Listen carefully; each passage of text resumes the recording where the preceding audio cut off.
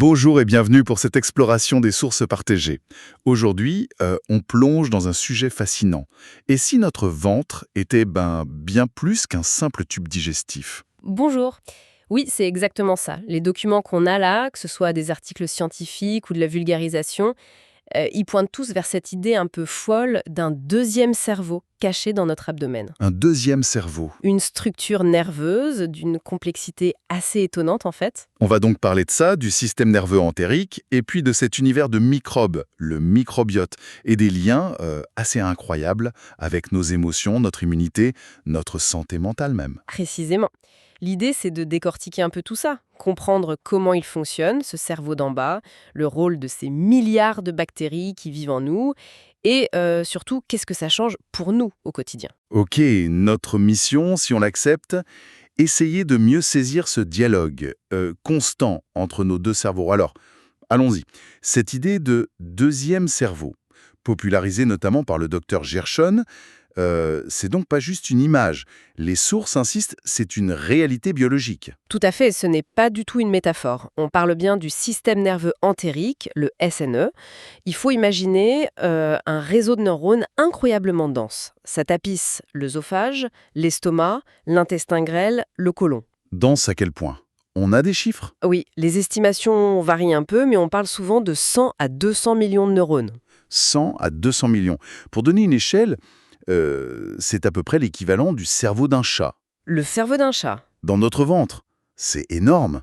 Et ce réseau, il est autonome. Enfin, il n'attend pas toujours les ordres de la tête. C'est ça, c'est un point vraiment clé. Le SNE, il peut gérer tout seul pas mal de tâches essentielles pour la digestion. Le péristaltisme, par exemple. Ces contractions qui font avancer la nourriture, hein. Exactement. Ça, c'est largement géré localement par le SNE.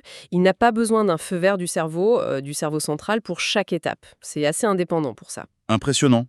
Et en plus d'être un centre de contrôle, c'est aussi une sorte d'usine chimique. J'ai lu ça, qu'il produit des neurotransmetteurs. Oui, oui, c'est tout à fait ça. Une usine chimique, c'est une bonne image. On a identifié une trentaine de ces messagers chimiques dans l'intestin, identiques à ceux qu'on trouve dans le cerveau d'en haut. Et l'exemple le plus fou, c'est la sérotonine, c'est ça? Ah oui, la sérotonine. C'est spectaculaire. On estime qu'environ 95% de la sérotonine de tout notre corps est fabriquée non pas dans la tête, mais bien dans notre intestin. 95%. Mais c'est dingue. Ça change complètement la perspective sur l'origine de nos humeurs, de notre bien-être. Absolument. Et il n'y a pas que la sérotonine. On trouve aussi la dopamine, le neurotransmetteur du plaisir, de la motivation, du GABA, qui a plutôt un rôle calmant. C'est une vraie petite pharmacie interne. Une pharmacie interne. Et un QG immunitaire aussi, si j'ai bien compris. Exactement. Les sources sont claires là-dessus. 70 à 85% des cellules immunitaires de notre organisme se trouvent logées dans l'intestin. C'est vraiment notre première ligne de défense contre les agressions extérieures. D'accord. On a donc ce cerveau du ventre, très complexe, autonome, qui fabrique des molécules clés et qui gère notre immunité. Mais alors, comment il communique avec le cerveau d'en haut? Le vrai, enfin celui qu'on appelle le cerveau. La liaison principale, c'est le nerf vague. Il faut voir ça comme une espèce d'autoroute nerveuse à double sens. D'accord. Mais ce qui est hyper intéressant, et ça les documents le soulignent bien, c'est que le trafic est beaucoup, beaucoup plus dense dans un sens. Environ 9 informations sur 10 remonteraient du ventre vers le cerveau. Ah oui, donc c'est plutôt le ventre qui parle au cerveau que l'inverse. C'est un peu l'idée, oui. Le ventre informe constamment le cerveau sur ce qui se passe en bas, l'état de la digestion, les nutriments présents, s'il y a une inflammation, des toxines. C'est une boucle d'infos vitale pour que le cerveau sache dans quel état on est, quoi. Fascinant. Et cette idée d'un centre vital dans le ventre, finalement, les sources disent que ce n'est pas si nouveau que ça exactement. Non, en effet. Bien avant la science moderne, des traditions anciennes comme la médecine taoïste, il y a des siècles, ou même maya, considéraient déjà l'abdomen, le plexus solaire, comme un centre majeur des émotions, de la vitalité. Et le concept de hara au Japon aussi. Exactement, le hara, cette zone sous le nombril. Dans la culture japonaise, c'est vraiment le centre de la force, de l'équilibre, de l'ancrage. Donc cette intuition d'un centre puissant dans le ventre, elle existe depuis très longtemps. C'est incroyable comme ces savoirs anciens résonnent avec les découvertes scientifiques d'aujourd'hui. Mais ce cerveau nerveux, il n'est pas seul là-dedans. Il cohabite avec un autre acteur majeur, un monde grouillant de vie, le microbiote. Ah, le microbiote, oui. Alors là, on entre dans un autre univers. Si le SNE est le hardware, on pourrait dire que le microbiote, c'est un software vivant, incroyablement complexe et super influent. À software vivant. Hmm. On parle de 100 000 milliards de micro-organismes. Bactéries, virus, champignons. Surtout dans notre côlon, ça pèse lourd tout ça, hein, entre 1,5 kg et 2 kilos. 2 kilos de microbes. Oui, et le chiffre le plus fou, c'est qu'on aurait environ 10 fois plus de cellules microbiennes dans notre corps que de cellules humaines. 10 fois plus. On est plus microbes qu'humains, en quelque sorte. Ça donne le vertige. Joël Doré de l'INRA, qui est cité, insiste sur leurs fonctions. Elles sont si importantes que ça, ces bactéries? Oh oui, elles sont cruciales. D'abord, elles nous aident à digérer des trucs qu'on ne sait pas digérer tout seul, comme certaines fibres alimentaires. En les fermentant, elles produisent des molécules super bénéfiques, les acides gras à chaîne courte, les AGCC. AGCC. Comme le butyrate, c'est ça, hein? Exactement. Le butyrate, c'est le plus connu. Il nourrit les cellules de notre paroi intestinale, il a des effets anti-inflammatoires, c'est vraiment précieux. D'accord. Et à part aider à digérer? Eh bien, elles forment une sorte de bouclier. Elles occupent la place et empêchent les mauvaises bactéries, les pathogènes, de s'installer. C'est l'effet barrière. Elles sont aussi fondamentales pour éduquer notre système immunitaire dès la naissance et elles stimulent le renouvellement de la muqueuse, la production de mucus protecteur. Bref, sans elles, notre intestin serait beaucoup plus vulnérable. Comment on acquiert ce microbiote? C'est le même pour tout le monde? Ah non, pas du tout. Il commence à se former dès la naissance. La voie d'accouchement joue un rôle, le microbiote de la mère aussi, bien sûr. Ensuite, l'alimentation du bébé, l'allaitement maternel est très important. Puis la diversification, l'environnement, les contacts, et aussi, malheureusement, parfois, les antibiotiques. Ça le perturbe, les antibiotiques? Oui, ça peut le perturber fortement. Il se stabilise globalement vers l'âge de 3 ans, mais il reste dynamique toute la vie. Et il est unique à chacun, vraiment comme une empreinte digitale microbienne. Une empreinte digitale microbienne. Et ce monde de microbes, comment il dialogue avec notre cerveau, lui? On a parlé du nerf vague pour le SNE, c'est pareil? Alors oui, le nerf vague est une voie importante, le microbiote peut influencer les signaux qui passent par là, mais il y a d'autres canaux assez incroyables. Certaines bactéries peuvent produire elles-mêmes des neurotransmetteurs, comme le GABA ou la sérotonine. Ou leur précurseur? Attendez, des bactéries qui fabriquent des substances qui agissent sur notre humeur. C'est fou, ça. Oui, c'est une des découvertes les plus marquantes de ces dernières années. On parle même de psychobiotiques. Des psychobiotiques. Oui, des probiotiques, donc des bonnes bactéries, qui pourraient avoir un effet positif sur la santé mentale, l'anxiété, la dépression. C'est un domaine de recherche très actif. D'accord. Et il y a d'autres voies de communication. Oui, les fameux AGCC dont on parlait, produits par la fermentation des fibres, eux aussi peuvent voyager dans le sang et atteindre le cerveau pour y exercer des effets. Et puis, il y a le système immunitaire. Le microbiote est en dialogue constant avec nos cellules immunitaires intestinales. Ah oui, Celles-ci libèrent des messagers chimiques, les cytokines. Ce sont un peu des signaux d'alerte. Si elles sont produites en excès de façon chronique, elles peuvent passer dans la circulation, atteindre le cerveau et y causer une inflammation, ce qui est de plus en plus lié aux troubles de l'humeur. et j'ai lu aussi quelque chose sur l'influence sur nos gènes, l'épigénétique. Oui, c'est ça. C'est fascinant. Le microbiote, par les molécules qu'il produit, semble capable d'influencer l'expression de nos propres gènes sans changer l'ADN lui-même. C'est comme s'il pouvait allumer ou éteindre certains interrupteurs génétiques. C'est réversible, mais ça montre à quel point son influence est profonde. Bon, l'expression « quand le ventre va, tout va » prend vraiment tout son sens. Mais alors, comment on sait si ça va, justement? Si notre microbiote et notre SNE se cortent bien? Quels sont les signes qui doivent nous alerter au quotidien? Le corps nous envoie des signaux. Il faut juste apprendre à les écouter. Des choses récurrentes comme les ballonnements. Ah, les ballonnements, le grand classique après certains repas. Ou des gaz fréquents, une digestion qui semble lente, une sensation de lourdeur persistante. Oui. Une langue un peu blanche le matin, une mauvaise haleine tenace, une fatigue qui est là dès le réveil même si on a bien dormi, ou des aphtes qui reviennent sans arrêt. Tout ça, ce sont potentiellement des signes que quelque chose ne tourne pas rond au niveau digestif ou intestinal. Et on retrouve ça dans le langage courant. Avoir la boule au ventre, l'estomac noué, se faire de la bile. Les sources citent le docteur Dave Roued, qui parlait des maux de ventre pour ces émotions qui s'impriment dans le corps. Exactement. Le lien entre le stress et l'intestin, il est ultra direct et bien prouvé. Le stress agit sur la motricité, ça peut accélérer ou ralentir, sur la sensibilité, on devient plus sensible, sur la perméabilité de l'intestin et même sur la composition de notre microbiote. C'est flagrant dans le syndrome de l'intestin irritable, non? Oui, tout à fait. Le S6 est un très bon exemple. On observe souvent une combinaison de facteurs. Une hypersensibilité nerveuse locale, le SNE qui réagit trop fort, une paroi intestinale qui devient plus perméable, le fameux leaky gut, l'intestin passoire, une micro-inflammation et une dysbiose, donc un déséquilibre du microbiote. Et un problème qui commence dans le ventre peut se manifester ailleurs. Absolument. Des maux de tête chroniques, des problèmes de peau comme l'eczéma, l'acné, une fatigue qui ne s'explique pas par autre chose. Tout ça peut parfois trouver son origine dans un déséquilibre intestinal. Un exemple un peu trivial cité dans les sources, c'est la gueule de bois. Ah oui, L'alcool agresse l'intestin, la barrière est attaquée, mais c'est souvent la tête qui trinque le lendemain. C'est une illustration simple de cette connexion globale. on voit bien le lien avec le bien-être physique, les émotions. Mais là, les recherches vont encore plus loin. On parle de liens avec des troubles neurologiques, psychiatriques. C'est un domaine en pleine explosion, c'est ça? Oui, c'est vraiment un champ de recherche très très dynamique. Il faut rester prudent, hein. Beaucoup d'études sont encore sur des modèles animaux, ou alors ce sont des corrélations chez l'humain. On voit des liens, mais on ne sait pas toujours qui cause quoi. Mais les pistes sont, oui, fascinantes.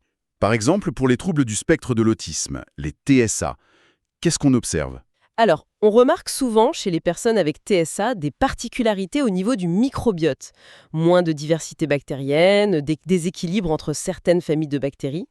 Et aussi, ils ont plus souvent des problèmes gastro-intestinaux. D'accord. Et du coup, on essaye d'agir sur l'intestin. C'est ça.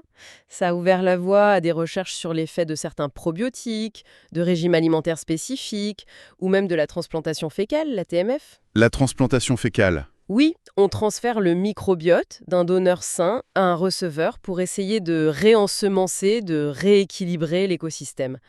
Les résultats sont encore préliminaires pour les TSA, mais il y a des pistes prometteuses sur certains symptômes, notamment digestifs et parfois comportementaux. Et pour des choses plus communes comme l'anxiété, la dépression? Là aussi, les liens se précisent vraiment.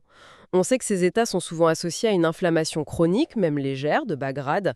Et une des hypothèses fortes, c'est que cette inflammation pourrait être en partie alimentée par un intestin devenu trop perméable, un leaky gut, à cause d'une dysbiose. Et comment ça marcherait? Des petits morceaux de bactéries ou leurs toxines pourraient passer dans le sang, alerter le système immunitaire qui surréagit en produisant ces cytokines inflammatoires dont on parlait. Et ces cytokines, en arrivant au cerveau, pourraient contribuer à l'inflammation cérébrale et aux symptômes dépressifs ou anxieux. D'où l'intérêt pour les psychobiotiques et l'alimentation. Exactement. L'idée des psychobiotiques, c'est d'apporter des bactéries qui pourraient calmer l'inflammation ou produire des substances apaisantes. Et l'alimentation joue un rôle clé. On pense qu'une diète riche en fibres pour nourrir les bonnes bactéries, en oméga 3, en polyphénols anti-inflammatoires et pauvre en sucres et produits ultra transformés qui favorisent l'inflammation et la dysbiose est bénéfique. Et on retrouve des pistes similaires pour les troubles bipolaires ou la schizophrénie. Oui, des altérations du microbiote et des marqueurs d'inflammation sont aussi rapportés dans ces maladies plus complexes.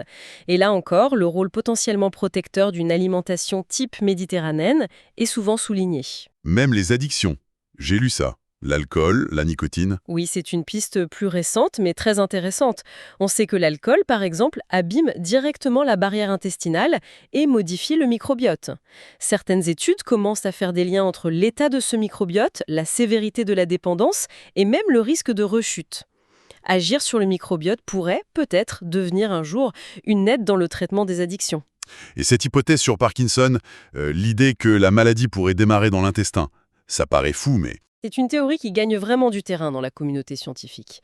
L'idée de base, c'est qu'un facteur extérieur, peut-être une toxine environnementale comme un pesticide ou un pathogène, pourrait pénétrer dans l'organisme via un intestin devenu perméable. Ok. Cette substance déclencherait une réaction pathologique d'abord dans le système nerveux entérique, le SNE, et ensuite cette pathologie remonterait lentement, année après année, le long du nerf vague jusqu'à atteindre le cerveau et provoquer la mort des neurones à dopamine, ce qui cause les symptômes de Parkinson. C'est assez incroyable comme scénario. Mais ça expliquerait certaines choses. Oui, ça expliquerait très bien pourquoi des symptômes digestifs, comme la constipation chronique, apparaissent souvent des années, voire des décennies avant les problèmes moteurs typiques de Parkinson. Et si c'est vrai, Ça ouvrirait des portes pour le diagnostic? exactement. On pourrait imaginer un jour diagnostiquer Parkinson beaucoup plus tôt, peut-être même avant les symptômes moteurs, grâce à une simple biopsie de l'intestin pour chercher les premiers signes de la maladie dans le SNE.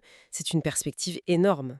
Bon, face à tout ça, l'importance cruciale de notre ventre, de cet écosystème, qu'est-ce qu'on peut faire, nous, concrètement, pour en prendre soin? Les sources donnent pas mal de pistes, pratiques heureusement. Oui, heureusement, on n'est pas démunis. Le levier le plus évident et sans doute le plus puissant, c'est l'alimentation. Il ne s'agit pas seulement de bien manger pour nous, mais de bien nourrir aussi nos milliards de microbes. Donc, des fibres, des fibres, des fibres. Exactement. Fruits, légumes, légumineuses, céréales complètes. C'est le carburant préféré de nos bonnes bactéries. Et à l'inverse, limiter tout ce qui peut les déséquilibrer. Les aliments ultra transformés, l'excès de sucre, les mauvaises graisses. Et les aliments fermentés, type yaourt, kéfir? Très bonne idée. Yaourt nature, kéfir, choucroute crue, kimchi.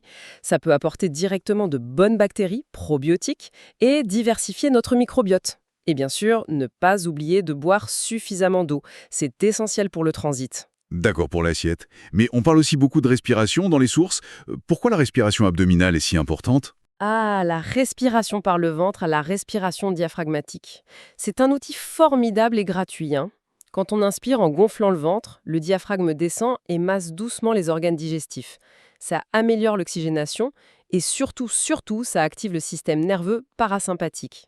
C'est le système du calme, de la détente. C'est ça, c'est notre frein naturel face au stress.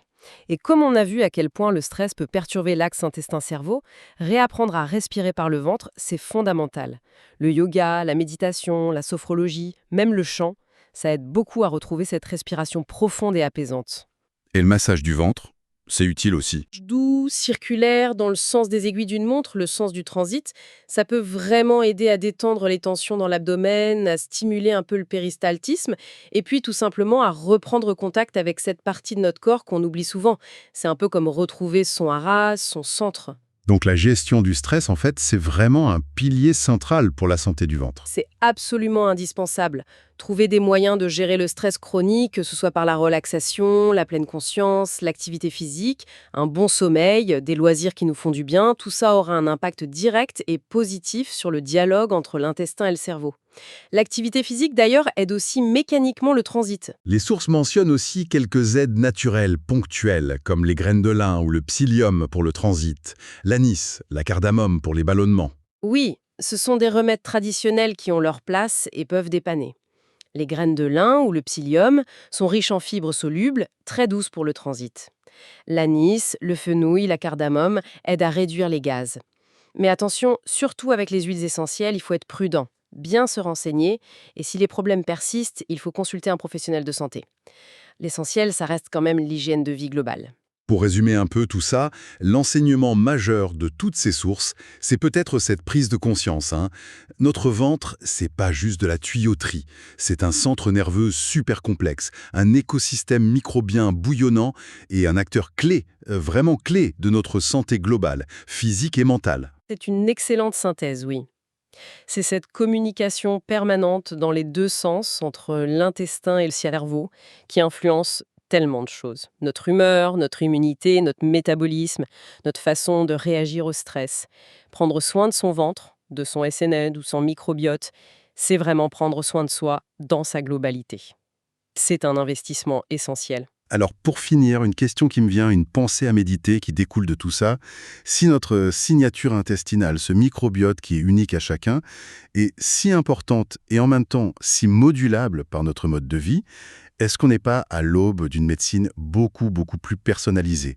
Une médecine où analyser nos bactéries intestinales deviendrait peut-être aussi courant, aussi essentiel qu'une prise de sang pour mieux comprendre et traiter non seulement nos problèmes physiques, mais aussi nos états d'âme, notre santé mentale. C'est une perspective vertigineuse, mais oui, c'est tout à fait possible que l'avenir de la médecine passe aussi par une meilleure compréhension et une prise en charge personnalisée de cet écosystème intestinal. Voilà qui conclut notre exploration d'aujourd'hui. C'était passionnant. Merci de nous avoir accompagnés dans cette analyse en profondeur. Merci à vous et à bientôt pour une nouvelle discussion.